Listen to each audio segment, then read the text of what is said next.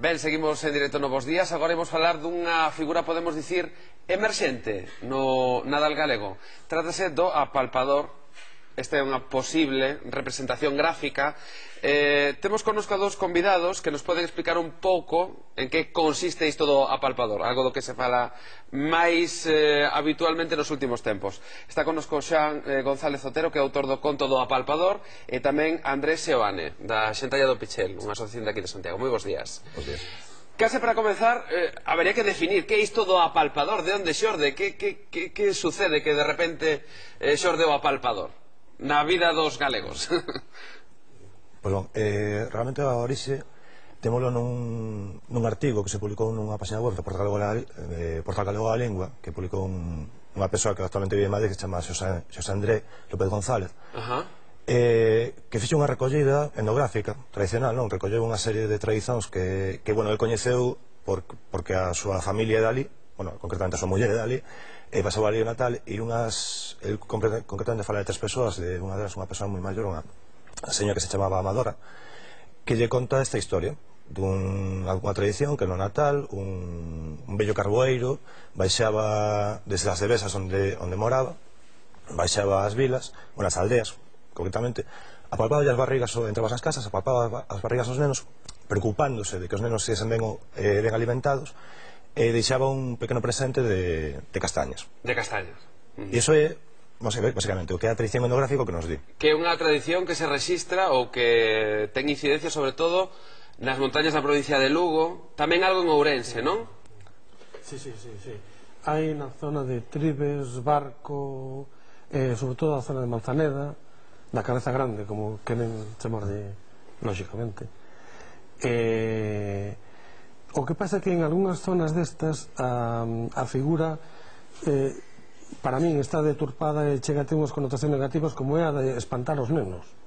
En lugar de ser ese agarimoso de apalparlles as barrigas e darlle mantenza para o inverno, que eran as castañas, ese rito tan precioso, non? De darlle agarimo e mantenza.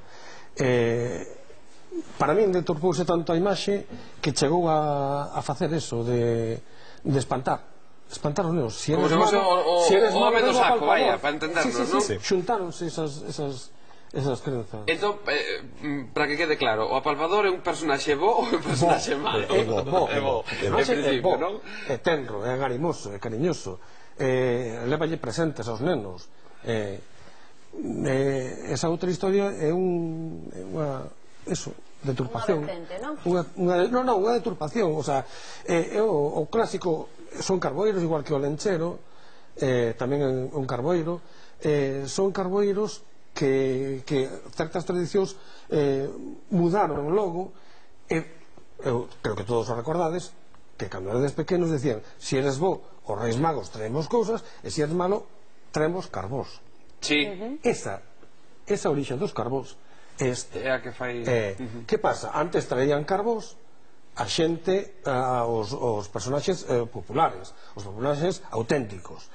Cando se deturpa, digamos, a tradición, veñen os Reis Magos, que se son os bons.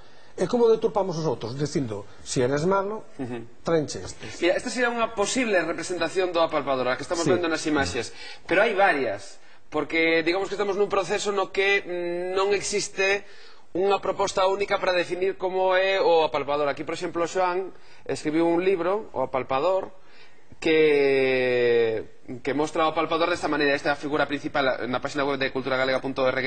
Vimos diferentes propostas de como sería o apalpador, pero hai elementos que parecen comuns, non? En principio, barba, boina, pipa. Iso é común en todos os casos, non? Iso que sí que é certo que sí que hai unha recollida do que sería a imaxe, o sea, como sería. Sí que hai o Xosé André recolle unha tradición que di máis ou menos a imaxe. O que pasa é que despois interpretar esa imaxe, pois digamos a liberdade do artista. Claro.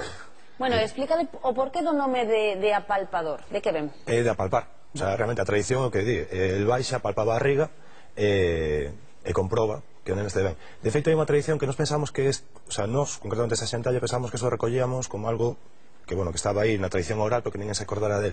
Pero hai unha bueno, nos entramos este ano, pero bueno, realmente do ano 63, unha recollida que fai Taboada Chivite, que un dos grandes etnógrafos galegos da Escola de Cuevillas, da Escola Ourensana, que xa fai unha referencia á noite do Apalpadoiro no ano 63, que hai unha recollida máis antiga. Entón, tamén que hai por aí as polémicas na internet que son así moi dadas, que decían que se isto era un invento, que iso que saía a nada, pues bueno, hai toda unha serie de tradicións que realmente nos que vemos, que pensamos que facendo unha difusión pública hoxe podemos conseguir que agrome máis testemunhos de antes. E que nós, sen sermos etnógrafos, hai 2 anos, isto que van ver agora é de hai 2 anos, fomos pola zona do Courel preguntando polo apalpador a ver que o que nos comentaba a xente, e dixéronnos isto.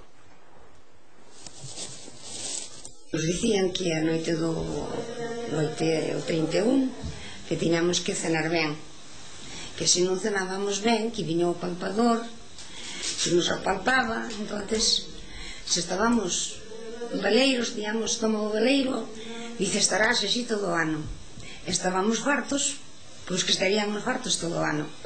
Pero só lembro dous versos, que era durme ninín niniña, que vai vir o apalpador a palparche a barriguiña.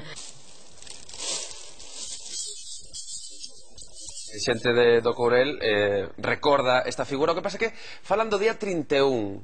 Sí, pero hai unha contradicción entre que sí, que se falan, hai moita xente, moitos testemunhos que falan do día 31, porque hai unha contradicción, porque hai unhas cantigas que fai referencia directa que o Apalpador baixa a anunciar o Neno Xesús. Entón, claro, se anuncia o Neno Xesús, a tradición é o día 25. O 25. Despois, o que é a orixe antropolóxica, o máis evidente que sí que é un rito do solsticio de inverno. Entón, que sí, evidente, ten que ser a volta do día 25 do día 21. Ajá. Entón, necesitaríamos, aparte de ter unha estandarización, non sei se é posible, do apalpador, ver un pouco como encaixa nas tradicións de Nadal actuais.